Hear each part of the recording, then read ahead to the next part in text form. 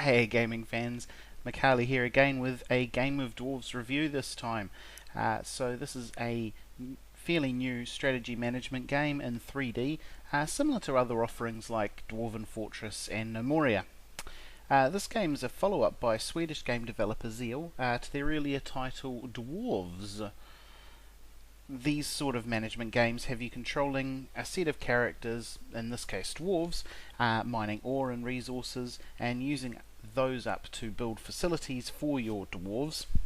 A game of dwarves seems to place a lot of emphasis on decorations as a way of making your dwarves happy as well. So that's, I guess, it's a bit of a difference in what I've seen from other games in this sort of genre. Right on to the loading screen, we've got all the usual suspects here: campaign, custom game, blah blah blah, and we have a shop. So obviously a little bit of a way for easily putting out some downloadable content, and just given that the games put so much emphasis onto your dwarves being a fan of having decorations around, these are all just aesthetic options you can pick up 99 cents for a pack, and there's a bunch of free options that they've put out as well, so that's kind of nice to have around. Next we'll jump into the campaign. The campaign itself I found to be, I guess, a little bit limited. I've only played through the first 3 missions, and I basically got to a point where I couldn't play the campaign anymore. It got a bit much for me. The campaign is you are a dwarven prince. The dwarven king has sent you out into the real world to go and reclaim all the dwarven lands. So you'll go along and to each mine, go inside, sort out whatever's in there, and come back out. I found on the 3rd mission that basically spent the last hour just hunting around trying to find the last gemstone that you need to find, and it just got really laborious, and I really wanted to get into the custom game, which I always enjoy so much in these style of games.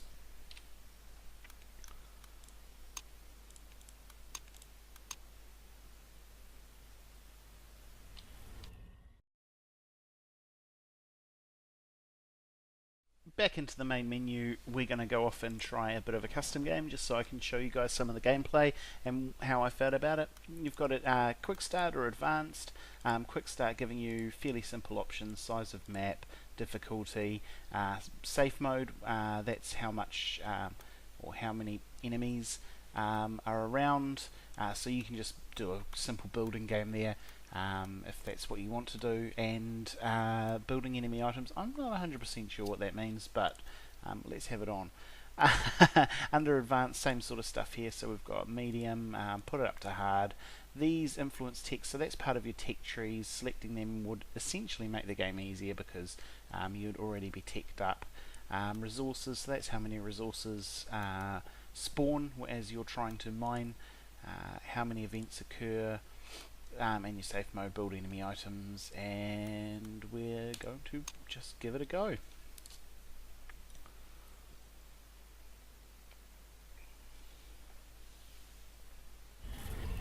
And here we are. And right, what have we got here? Okay. Alright, so simple functions of zooming in, zooming out. You can go up layers and down layers, as these games sort of have, and you can even go right up to the grass level.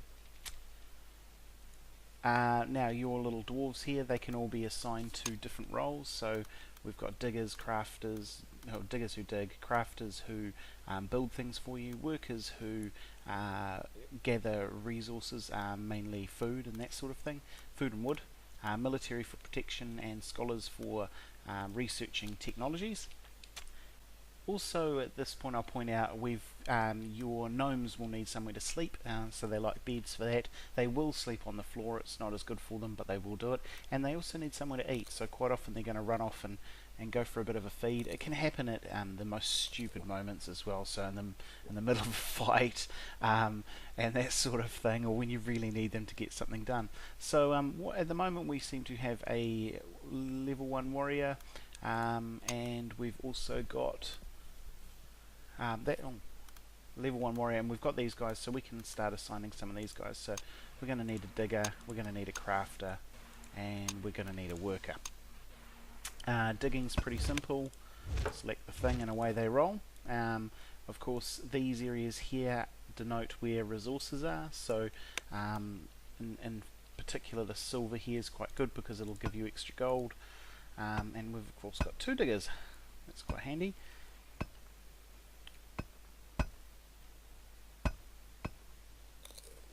So that's how it looks. These little question mark areas, for what it's worth, when you dig out to them, it will open up another area of the underground, and there will usually be some minions inside to try and kill you. And we'll get a bit into them later on into the game once we've got some guys that are prepared to take them on. Now, the way that you gather food and that sort of thing in this game is to build one of these little units here, these fertilization stones. So you can build them on any of these fertile grounds, and they will create an area of, I guess, fertilization that allows you to grow these which generate food, or these which generate wood. Now, this all seemed great until at some point I thought, well, hang on, why can't I grow stuff up here? So we gave it a go, and you still need to have a fertilization stone, which we'll build one of them now.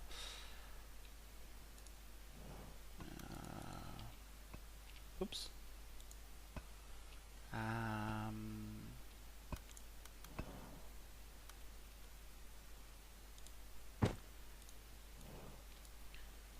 And then while we're up here, we will build. We'll also need to grow some crops, so mushrooms are my food of choice. And we will also need to grow some wood. Cool. So at some point the crafter is going to wander on up here. He's probably eating something at the moment, as they tend to do. There we are. And once he's built the fertilization stone here, we can assign workers to it, and they'll come up and harvest the crops.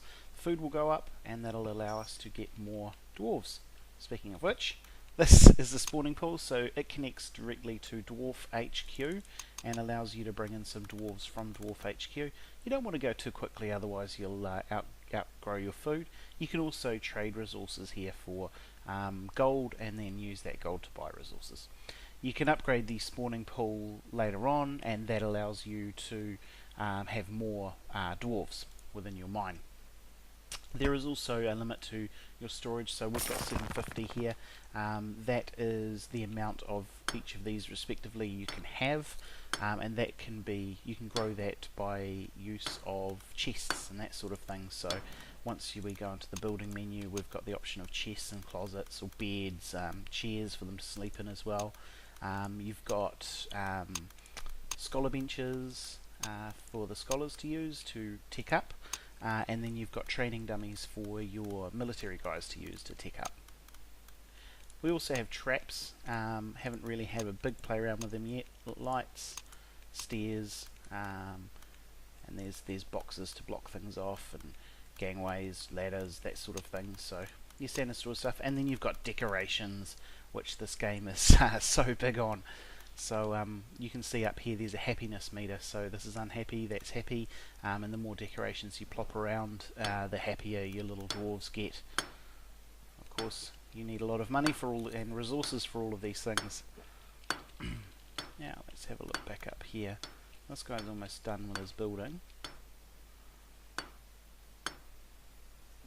There we go.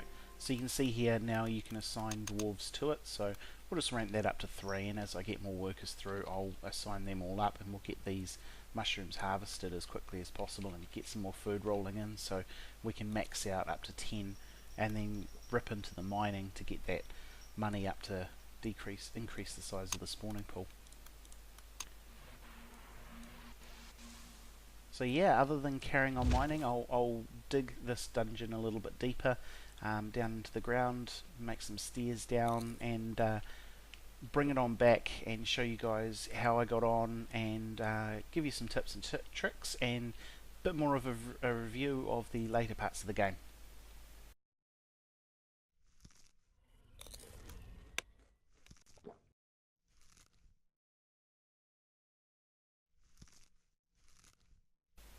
So as you can see, there have been quite a few changes. I built out this top level, putting in beds and chests and that sort of thing, and I've also decorated a lot just to get that happiness up.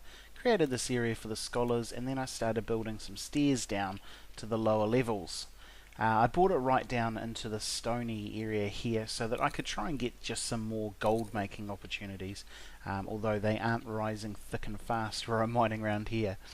As you can see, I've built an area here, so your dwarves need to go quite frequently to get food or sleep, and the longer they have to travel, the longer it takes them to get back, and the more time they spend away, and gets down to the point where they wander up to get food, wander all the way back, and they're already hungry again.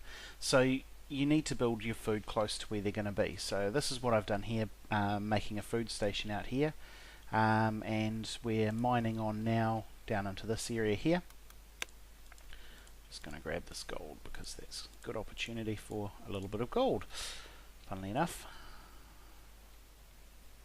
Alright, so the miners are going to run off and do that. You can see I've built a bit of a guard station, so my thought process here is to get up into the top levels. Any monsters are going to have to come through the guard station. And my guards will slowly start coming out here. The problem I have had is that guards like this one here are standing around but not training at all at any of the training dummies, so I built all the different types of training dummy available to me, and he doesn't seem keen on training at all. So I'm going to have a bit of a hunt around, see if I can't figure out why there's a reason for that, and carry on mining these sort of levels out. Making things pretty, getting enough money. I'm still working on this 1000 gold upgrade here. I've been spending a lot of gold on other things, so we will certainly get there. I'm going to shoot away now and come back to you when I've got something else to say. This quick little update, I finally figured out what was going on here. So I'd built this little military item that creates basically a guard post. So all your guards will hover around it when you plonk it down. The problem is that when they're hovering around it, they don't actually target any target dummies. It's just a way of bringing them. So I might build this out here and then go tackle on a couple of these question mark areas so that all the guards are in the right area waiting for it. So that's what's happened there. If you do get caught up by that one, just delete your little guard post area. As you can see, I'm training up a few of the guys now just to get them ready for taking on a few of these question mark areas, and I've also built a little table and some beds out here, and I'm expanding out here, and I'm going to take this out this way as well next.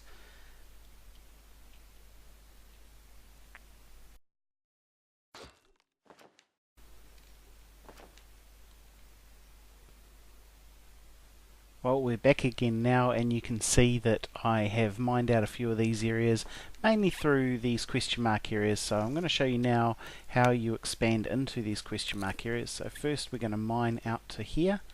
Now I'll speed this up by grabbing one of my miner guys. There is this nifty little teleport feature. I usually use it to stop guys dying when combat's going on. Of course, it's quite useful here to bring a miner across.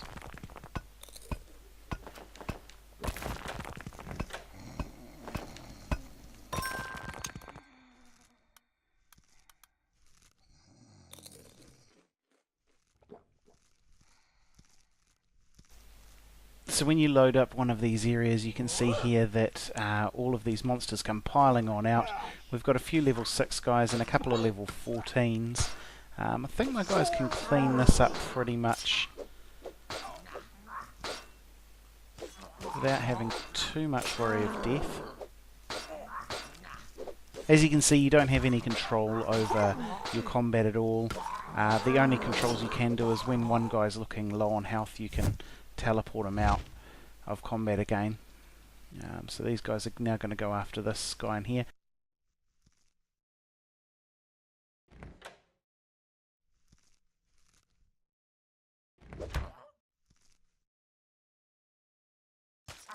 Charge! So you can see sometimes they can be a little unresponsive when they see a monster, and they will often run past and go in completely different directions from the monsters, and the monsters as well can at times be unresponsive to you guys.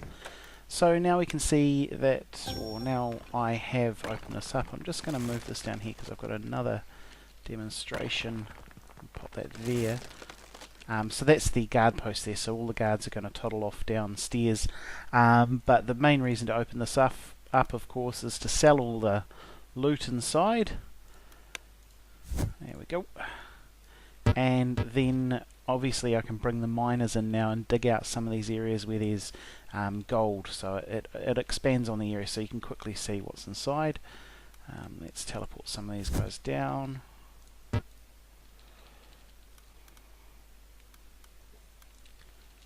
Right. So you can see here that some of the military are ready to upgrade. So by selecting this icon here, I can possibly upgrade him. I don't have the right materials. You can either go down the route of going towards more tanky melee, DPS melee, or ranged, various versions of ranged. I've not quite figured out what all the ranged do yet.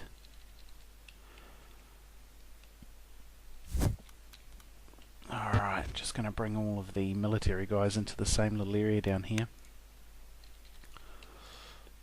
And down to the guard tower, and we'll set up a mining spot there, and let's go find a miner. There's one. Oh, come here. There we go. Now this is essentially the downside to the system they've got. So we've got these question mark areas, and before you saw that the area was basically perfect for the types of troops I had. There was a little bit of a hard fight, but it wasn't too hard for them.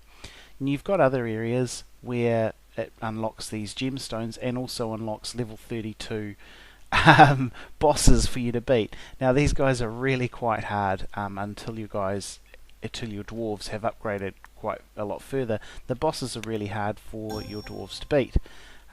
You'll see soon that he will just teleport out of here.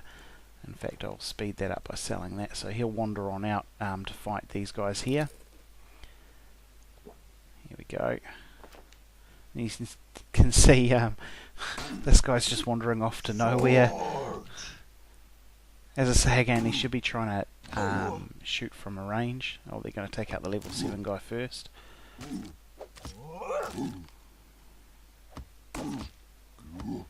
And then the level 32 comes in, and boff. So you can see the dwarves aren't going to last very long at all. So the problem with the system is it really does encourage you to save before you open up any of these question mark areas and reload if your guys can't beat what's inside the question mark areas. And it very much is a system of, if you can't beat it, you can't beat it. There's no getting around it. Eventually this boss is going to clean up all of my military troops, then he's going to wander on upstairs and clean out everyone upstairs till he finally gets to your prince here and kills him as well. It is a real downside to the system they've chosen to use here. Once again, this game is fairly simplistic. It's great for if you're looking for a bit more of a simplistic game, but if you're looking for something a bit further, this style of system really detracts from that. So I'm going to reload the game now and have a bit of a muck around with some of the other stuff and do some mining deeper down just so that we can see some of the lower levels, and I can talk to you about that.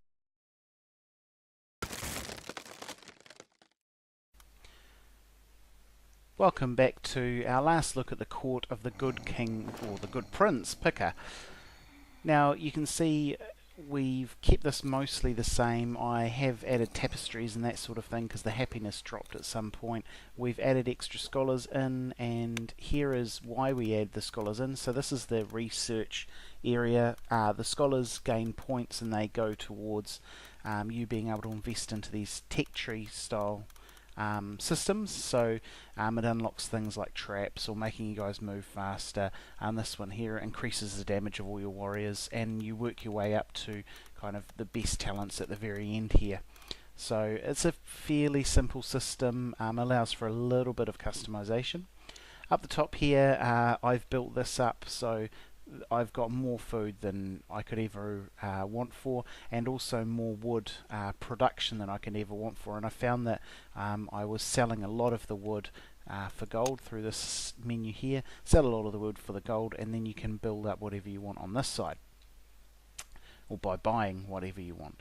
Once again, I haven't been attacked up top here, so I think that's a little bit of a shame that you don't have to defend from, say, invaders at the top or anything like that, but so this has remained unlocked the entire time, and I haven't had to worry about that at all. Down here, this is actually a power generator, so I've built a door in here, so it should be hard for any monsters to get in here. It was just more me mucking around with some of the different options. The power generator generates power for all your traps. Once again, didn't find a lot of use for the traps. Didn't seem to be able to get the monsters to walk into them. And you can see down in the lower levels that I have done a lot of mining, and as well as unlocking a lot of these question marks. I even built another set of stairs running down here, and went down into the ogre area here where we had a large war with the ogres, and from there I've built another staircase that heads down here, you can see, and this leads down into this red zone, which we'd call hell for lack of a better word, and that is the bottom there. The black area is the very bottom of the map. So really a fairly deep map. So it goes down quite a lot. Right, let's just mine out here so you can see what the guys are like. As you can see, we've got level 24s, 22s, quite a lot of high level guys, and we've specialised right down into snipers, immortals, and also these slayers. Now, the one problem I found with the combat as it got into this area is that the slayers tend to dominate. In fact, it made me feel a little bit silly for building anything else. And right, if we teleport a slayer into this room, so we've got a level 30 guy here, and this slayer just absolutely makes a mockery of him. Not a chance. Right. While I'm here, I might actually zoom out a bit so I can see properly. Build out this area here. Need to sell some of this stuff. Right, there we go. You can see you get a heap of gold for that. So we'll let that guy mine out, and hopefully we'll be able to show you some more of the monsters out here in the depths of hell. I built this little staging ground just to so I can move out into all the question marks in this area from here, and keep the guys training up. Right, and so down in the depths of hell, we've found some level 3 and level 7 monsters. So once again, bit of a silly system they've incorporated in, where in the hardest areas, or the deepest areas of the game, where you would have had to go so far to get down here, and probably some of the easier monsters in the game to find. So I can comfortably say that overall this has been a really fun game. The graphics are cute, the guys fighting, they sound great, it's really fun, less mature game in this genre. Of course, the letdowns have been that the crafting system is so simplistic, it's not funny. I mean, I've literally had one crafter running around, there's no workbenches or anything like that, and I haven't had to juggle resources in any way, shape or form. The above ground was extremely disappointing for me, that we weren't getting attacked above ground or anything like that, like we see, especially in No Moria, where that game was great from that perspective. I really enjoyed that part of it. And this question mark thing obviously has its downsides and its upsides. So it's a nice simple system to do your targeting, where you're going, and that sort of thing. As well as that, the combat wasn't terribly interesting, and very, very buggy, so your guys not seeing the monsters not seeing your guys, and also not having any real reason to have different composition within the fighting units. They really didn't matter what you picked, as long as it was Slayer, it would beat anything. Obviously the campaign system within this game wasn't for me. Each mission was completed by unlocking the crystals, and to do that you had to go and unlock the question mark areas, fight whatever monsters were inside, and keep going until you found all the crystals. Completely random. I think it extends game length in a bad way. I would much rather have seen missions with a variety of different objectives to complete, to make that a system that I would have engaged in and continue playing with. That said, I can see that games of this genre mostly sandbox based, so this does give people who prefer an objective based system something to do and a reason to play this game. And that about sums it up. Ladies and gentlemen, my name is Makali. This has been my review of a game of Dwarves. Thank you very much for watching through this video. Hit like if you like this video. Hit subscribe if you want to see more videos like it. See you guys.